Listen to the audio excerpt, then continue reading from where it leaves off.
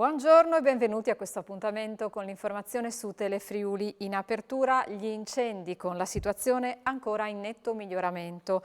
Gli interventi infatti per gli incendi boschivi della Varresia e Pulfero sono terminati ed è stato aperto anche il bypass che collega Resia con Resiutta dopo circa una settimana. Vediamo. Situazione incendi in Friuli Venezia Giulia in netto miglioramento, a renderlo noto il vicepresidente della regione con delega alla protezione civile Riccardo Riccardi, dopo aver fatto il punto stamani con i vertici della struttura di emergenza. A Taipana, Resia e Frisanco è piovuto in maniera consistente nel corso della notte. Sul Carso le precipitazioni sono state meno diffuse, comunque qualche millimetro di pioggia è caduto ed ha migliorato la situazione.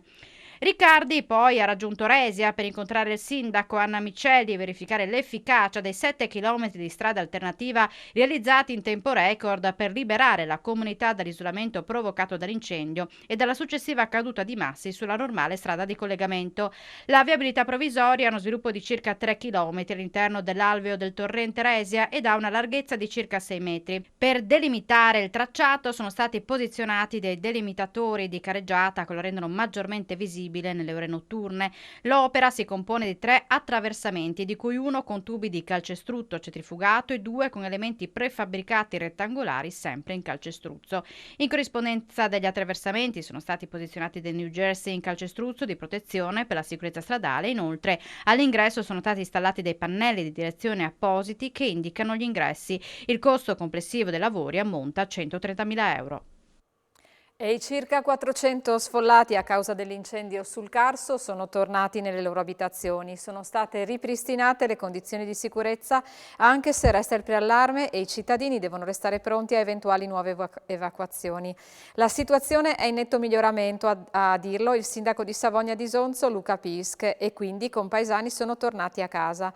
Le aree interessate dal rogo restano tuttavia vietate ai non residenti. Una misura che vuole in qualche modo scongiurare la presenza di curiosi e di piromani, visto che il secondo rogo scoppiato in ordine di tempo sembra da attribuirsi all'intervento di una mano umana, per ora rimasta anonima.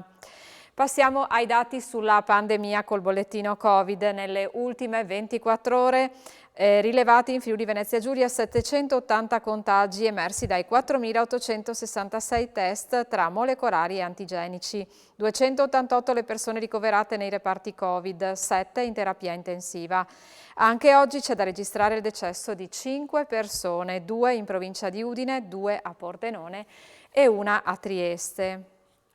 Voltiamo pagina. La scuola getta le basi per la leadership femminile. Per il prossimo anno sarà organizzato un corso ad hoc al quale potranno partecipare 30 studentesse di alcuni istituti superiori di Udine. Vediamo. Leadership al femminile, il titolo del progetto promosso dall'associazione Se non ora quando Udine, previsto per l'anno scolastico 2022-2023 con la collaborazione di Fondazione Friuli, Questura di Udine e la rete degli istituti scolastici di secondo grado Percoto, Marinelli, Malignani, Zanon e l'Educandato Statale Uccellis e sostenuto dal Comune di Udine. E coinvolgerà una trentina di ragazze di queste scuole su basi volontarie e che parteciperanno ad un corso di circa 40 ore nel prossimo anno scolastico, un corso formativo per aiutarle a capire quali sono le loro potenzialità, capacità e favorire in futuro il loro ingresso nel mondo nella società, nel mondo politico, anche imprenditoriale, in ruoli decisionali. Noi sappiamo benissimo che il numero delle donne che hanno ruoli decisionali, dirigenziali, ancora nel nostro paese, è inferiore rispetto agli uomini e questa è proprio la finalità del progetto. E ci occupiamo di territorio, estate con eventi tutti da vivere nelle città del vino del Friuli Venezia Giulia. 3 rassegne da gustare sino a settembre con un calice in mano. Vicino a Calici di Stelle da quest'anno ci saranno altre 2 nuove iniziative, Festival Vini Gusti in Musica e un calice a teatro. Vediamo.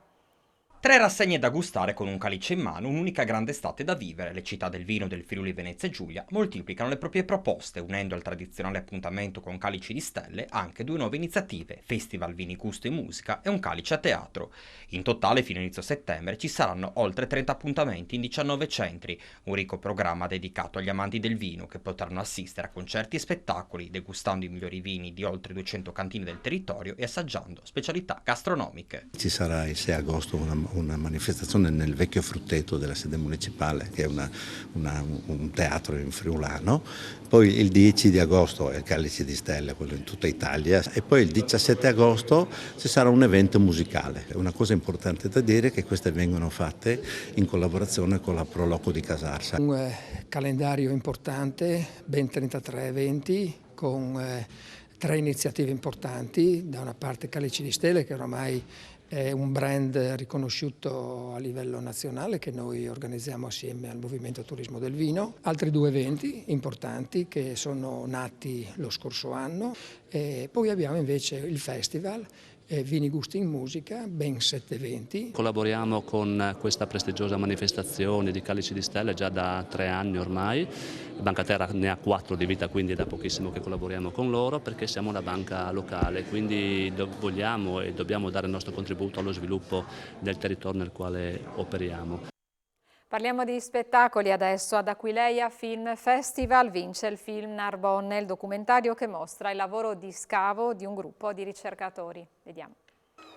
Narbonne, la seconda a Roma, film prodotto in Francia dal regista Alain Titschki, che documenta il lavoro di scavo di un team di ricercatori dell'antica Narbo Martius, è il vincitore fra i 5 film in concorso di Aquileia Film Festival, 13ª rassegna su cinema, arte ed archeologia in svolgimento sino al 2 agosto, a cura della Fondazione Aquileia, ha il giuramento di Ciriaco del regista Olivier Bourgeois, girato dentro il museo di Aleppo durante la guerra civile in Siria del 2011, è invece andato il premio di vincitore morale di Aquileia Film Festival 2022 con menzione speciale per il valore assoluto del film, il messaggio di pace, l'intensità e qualità tecnica. Emanuele Zorino, sindaco di Aquileia. Un'edizione che abbiamo aperto con grande attenzione verso un centenario particolare, un centenario che è quello della nascita di Pierpaolo Pasolini, un uomo che amò queste terre e che di queste terre fece lo sfondo per grandi sue opere,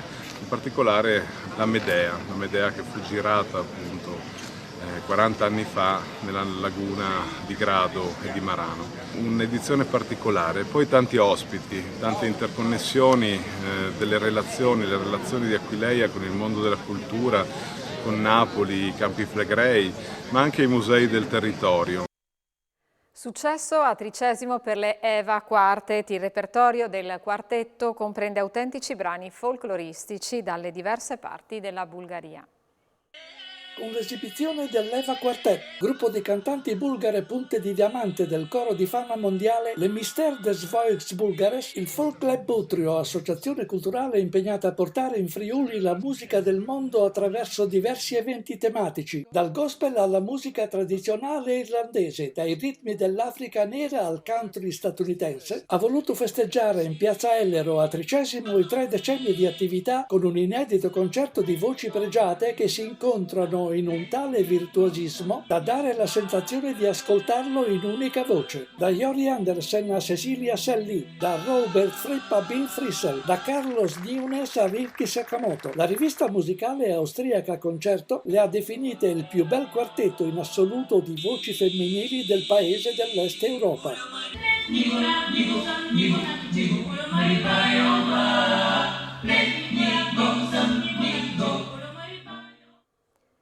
Siamo allo sport, calcio Serie C. Il Pordenone è stato sconfitto di misura nella prima amichevole contro una squadra di pari categoria, il Foggia. Contro i pugliesi è finita 0-1, un KO che è di fatto una beffa per i ragazzi di Di Carlo, battuti nel test a Tarvisio da una rete di Ogunseie al 35° della ripresa, dopo che nel primo tempo avevano creato almeno 3 grosse occasioni da rete, compreso il palo colpito da Biondi, pronto a girare un cross di Zammarini al 28°. Ci hanno provato prima e dopo senza fortuna Deli, Magnaghi, Piscopo, Candellone e Secli, che ha avuto al 90° il pallone del possibile 1-1, ma non è riuscito a sfruttare l'occasione. E sentiamo il commento di mister Mimmo Di Carlo al termine del match. Dopo 15 giorni di lavoro sono contento perché oggi la partita l'abbiamo fatta gran parte noi. Abbiamo avuto le nostre occasioni, abbiamo preso il palo, abbiamo avuto 4 occasioni da portiere e il Foggia si è difeso bene. Nonostante un po' i carichi di lavoro abbiamo mantenuto a equilibrio le distanze. È chiaro che nel calcio poi bisogna fare gol e quindi nel secondo tempo sono stati più bravi loro. Le parate del nostro portiere non ne ho viste neanche una, anche se comunque il Foggia ha avuto a tratti nel secondo tempo una buona manovra, però alla fine penso che il risultato, se vogliamo guardare il risultato, non è veritiero, però se vogliamo guardare la prestazione del Pordenone è stata una prestazione positiva. Ma soprattutto per i ragazzi, perché ci hanno messo impegno, hanno messo in campo le situazioni che abbiamo provato ancora anche stamattina. Alcune volte sono venute, alcune volte no, dobbiamo aumentare quello che è la rapidità del gioco, quello sì, però quello verrà magari con il passare dei giorni. A me interessava guardare le distanze tra i reparti, un po' di profondità in più da attaccare, però mi è piaciuto proprio l'atteggiamento di gran parte dei giocatori che hanno messo in campo situazioni che abbiamo provato e sicuramente oggi tutte quelle occasioni che abbiamo avuto, che ci siamo creati, non siamo riusciti a fare gol, fra 15 giorni sicuramente saremo molto più lucidi e andremo a essere più concreti. Grande successo ieri per la 33esima edizione del meeting di atletica leggera di Lignano. Tante le stelle olimpiche presenti, tra cui la campionessa mondiale dei 100 metri Jackson che ha trionfato nella specialità. Vittoria anche per la friulana Vissa negli 800 metri. Abbiamo portato in cantiere la 33esima edizione, che è già un grande risultato.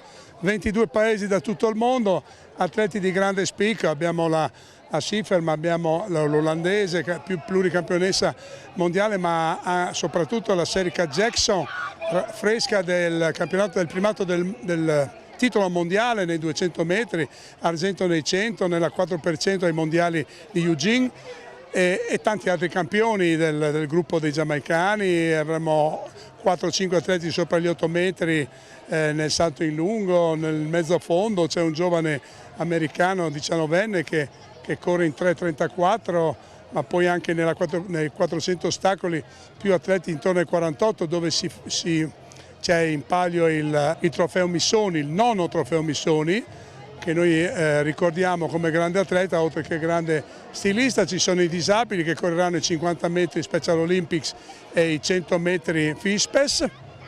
E poi c'è un riconoscimento che viene dato a Anna Incerti, che è una campionessa europea, già campionessa europea della maratona, trapiantata qui in Friuli da diverso tempo. Per ora è tutto, vi ringrazio per essere stati con noi e vi do appuntamento al prossimo TG, quello delle 19 su Telefriuli.